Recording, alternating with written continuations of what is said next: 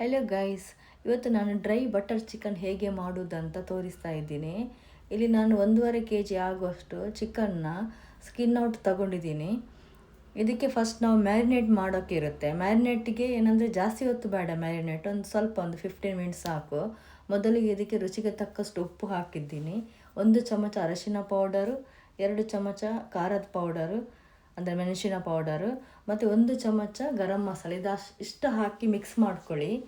ಆಮೇಲಿಂದ ಇದಕ್ಕೆ ಅರ್ಧ ನಿಂಬೆಹಣ್ಣಿನ ರಸ ಮತ್ತು ಅರ್ಧ ಕಪ್ಪು ಮೊಸರು ಹಾಕಿ ಚೆನ್ನಾಗಿ ಮಿಕ್ಸ್ ಮಾಡಿ ಒಂದು 15 ಮಿನಿಟ್ಸ್ ಇಟ್ಟರೆ ಸಾಕು. ಇದು ಇವಾಗ ಇನ್ನೊಂದು ನಾನು ಪ್ಯಾನಲ್ಲಿ ಎಣ್ಣೆ ಬಿಸಿ ಮಾಡೋಕ್ಕೆ ಇಟ್ಟಿದ್ದೀನಿ. ಇದು ಮೊದಲಿಗೆ ನಾವು ಚಿಕನ್ನ ಇಲ್ಲಿ ಫ್ರೈ ಮಾಡಬೇಕು. ಡೈರೆಕ್ಟಾಗಿ ನಾವು ಒಗ್ಗರಣೆಗೆ ಹಾಕೋ ಥರ ಇಲ್ಲ, ಚಿಕನ್ನ ಫ್ರೈ ಮಾಡಿ ನೆಕ್ಸ್ಟ್ ನಾವು ಇದನ್ನು ಒಗ್ಗರಣೆಗೆ ಹಾಕಬೇಕು. ಇಲ್ಲಿ ಇವಾಗ ಒಂದೊಂದೇ ಚಿಕನ್ ನಾನಿಲ್ಲಿ ಎಣ್ಣೆಗೆ ಬಿಡ್ತಾ ಇದ್ದೀನಿ. ಇದು ಫುಲ್ 2 ಸೈಡ್ನು ಚೆನ್ನಾಗಿ ಫ್ರೈ ಆಗಬೇಕು.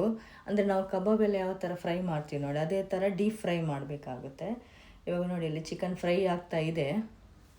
ಇದಿಷ್ಟು ಸಾಕು ಫ್ರೈ ಆಗಿರೋದು.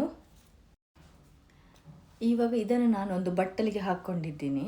ಇವಾಗ ನೋಡಿ ಒಂದು ಸಪ್ರೇಟಾಗಿ ಪ್ಯಾನ್ ಇಟ್ಕೊಂಡಿದ್ದೀನಿ. ಇದರಲ್ಲಿ ನಾನು ಇವಾಗ ಬಟರ್ ಹಾಕ್ತಾಯಿದ್ದೀನಿ. ಇದಕ್ಕೆ ಯಾವುದೇ ಥರದ ಆಯಿಲ್ ಹಾಕೋ ಥರ ಇಲ್ಲ, ಇದಕ್ಕೆ ಬಟರ್ ಮೇನ್. ಸೊ ಬಟರನ್ನು ಹಾಕಿದ್ದೀನಿ. ಬಟರ್ಗೆ ಅದು ಬಿಸಿ ಆಗ್ತಾ ಬರಬೇಕಾದ್ರೆ ಒಂದು 3 ದೊಡ್ಡ ಸೈಜ್ ಈರುಳ್ಳಿನ ಚಿಕ್ಕದಾಗಿ ಕಟ್ ಮಾಡ್ಕೊಂಡು ಹಾಕಿದ್ದೀನಿ. ಇದು ಬಟರಲ್ಲೇ ಫ್ರೈ ಆಗಬೇಕು, ಅದಕ್ಕೋಸ್ಕರ ಇದು ನಿಮಗೆ ಟೇಸ್ಟ್ ಕೂಡ ಸೇಮ್ ಬಟರ್ ಥರನೇ ಬರುತ್ತೆ. ಮತ್ತು ರುಚಿಗೆ ತಕ್ಕಷ್ಟು ಉಪ್ಪು ಹಾಕ್ಕೊಳ್ಳಿ. ಇದು ಫ್ರೈ ಆದಮೇಲೆ ಹಸಿಮೆಣಸಿನ್ಕಾಯಿನ ಜಜ್ಜಿಬಿಟ್ಟು ಇಲ್ಲಿ ನಾನು ಹಾಕಿದ್ದೀನಿ. ಇದನ್ನು ಸ್ವಲ್ಪ ಅದೇ ಥರ ಫ್ರೈ ಮಾಡ್ಕೊಳ್ಳಿ. ಆಮೇಲಿಂದ ಒಂದು 3ರಿಂದ 4 ದೊಡ್ಡ ಸೈಜಿನ ಟೊಮೆಟೊನ ಚಿಕ್ಕದಾಗಿ ಕಟ್ ಮಾಡಿಕೊಂಡು ಹಾಕ್ತಾ ಇದ್ದೀನಿ. ನಿಮಗಿದು ಟೇಸ್ಟು ಚೆನ್ನಾಗಿರುತ್ತೆ. ಇದು ಇವಾಗ ಚೆನ್ನಾಗಿ ಒಂದ್ಸಲ ಬಟರಲ್ಲಿ ಫ್ರೈ ಆಗಬೇಕು, ಟೊಮೆಟೊನು ಕೂಡ. ಇದಕ್ಕೆ ಇವಾಗ ರುಚಿಗೆ ತಕ್ಕಷ್ಟು ಉಪ್ಪು ಹಾಕಿ, ಚಿಕನ್ಗೆ ನಾವು ಆಲ್ರೆಡಿ ಆವಾಗಲೇ ಹಾಕಿದ್ದೀವಿ ಉಪ್ಪನ್ನು. ಇವಾಗ ಇದಕ್ಕೆ ಉಪ್ಪು ಹಾಕಿಬಿಟ್ಟು ಇದನ್ನು ನೀಟಾಗಿ ಮಿಕ್ಸ್ ಮಾಡ್ಕೊಳ್ಳಿ.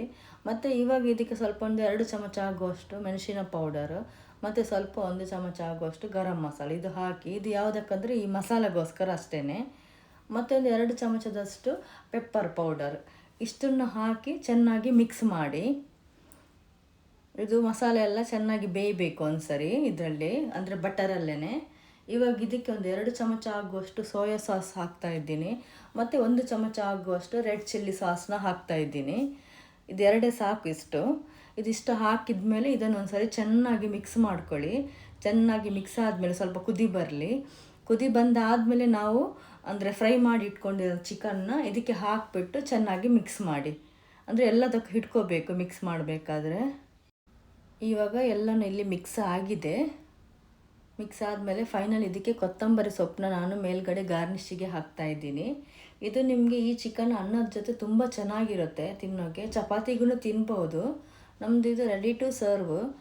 Thank you.